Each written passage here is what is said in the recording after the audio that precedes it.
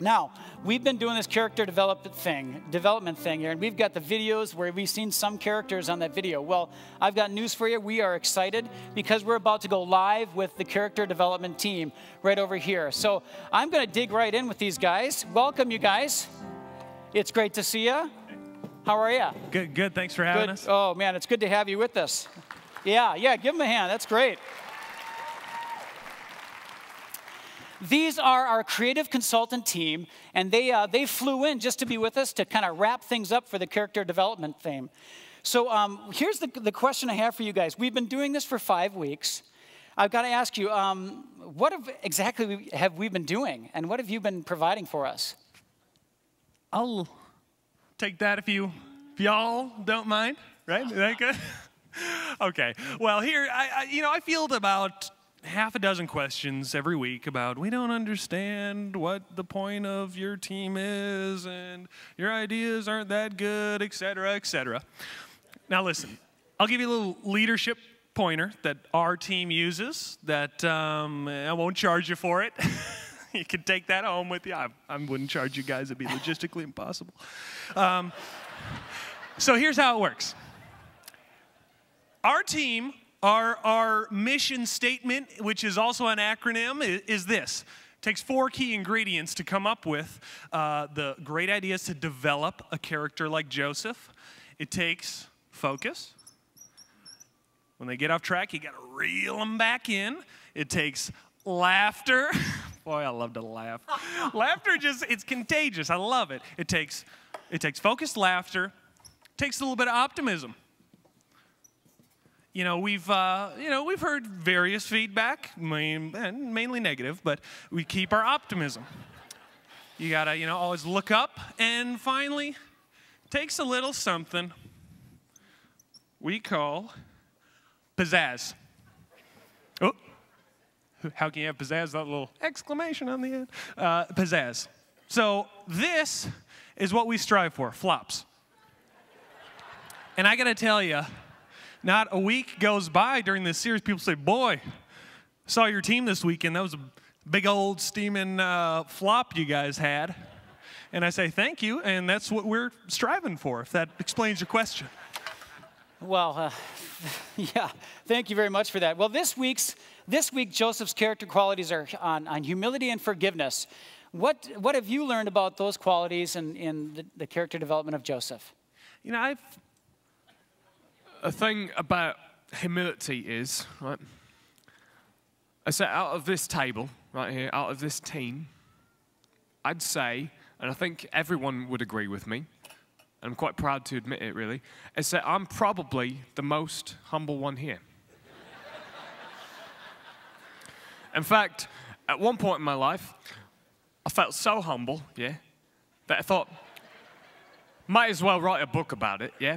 So, I wrote 10 most humble people in the world and how I helped the other 9. Yeah.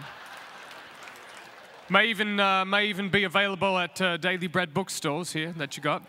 And when it comes to forgiveness, well, it's quite obvious really, is that I will forgive once Pastor Bill has apologized for ruining my creative genius when it comes to the Joseph masterpieces I've been creating. So but whatever, he's probably sipping on smoothies on his pontoon boat right now. I don't care. He can do what he wants. Okay. Well, what I've learned. Probably the smartest one in this group, so I've learned a lot. And one of the things I've learned is that when I came here, I knew that I was pretty, and I knew that I was smart. But after being here, I know that I am a beautiful genius. And so that's why people get jealous of me, kind of like how Joseph's brothers were jealous. That's why they're jealous of me. And so, that causes people to be mean, and that's why people said I didn't deserve my Nickelodeon Kids' Choice Award. But I forgave those people.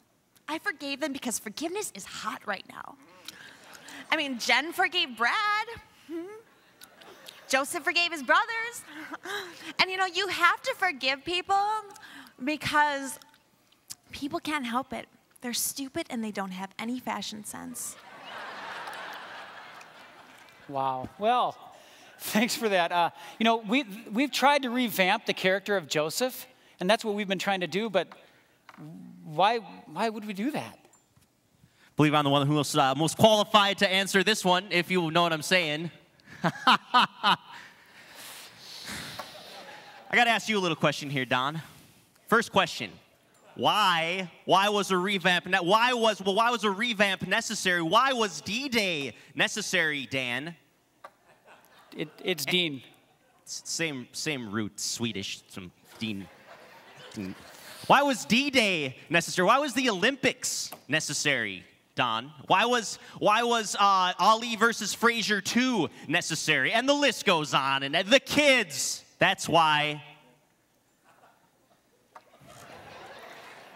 Talking about the kids. And if you go through the past 5 years and you think of the greatest movies from the past 5 years that you guys can think of. I'm not talking about the ones that the intelligentsia liked and the ones that won the Oscars. I'm talking about the ones that should have won the Oscars. I'm talking about the Slumdog Millionaires. I'm talking about the Lord of the Rings. I'm talking about the Titanics. Right? What do all those movies have in common, huh? What ties them all together? From the highest producer like me all the way down to the smallest crew person serving out pasta at the craft service table. What ties all those people together, huh? Every one of those people, Dan, every one of those people was a kid at one point or another. And Joseph is no different. Now, you let that thought simmer. That's a little loving spoonful for you there, Mr. Pastor man. You let that simmer. And that's why we get paid the big bucks by you. Oh, boy. Now, that's where we have a miscommunication here, because I thought we brought you guys in as volunteers. That's my understanding. It's part of the contract. Are you aware of this, Maxwell? Did you pick up and read this 1.5-page contract? Yes. I produce, I don't read. Mom, start the car! You know, somebody once said, it's better to give than receive. And that man was Dr. Phil. Well, thanks for the enlightening conversation. We've all been enlightened. Let's welcome up Pastor Bill Boleen.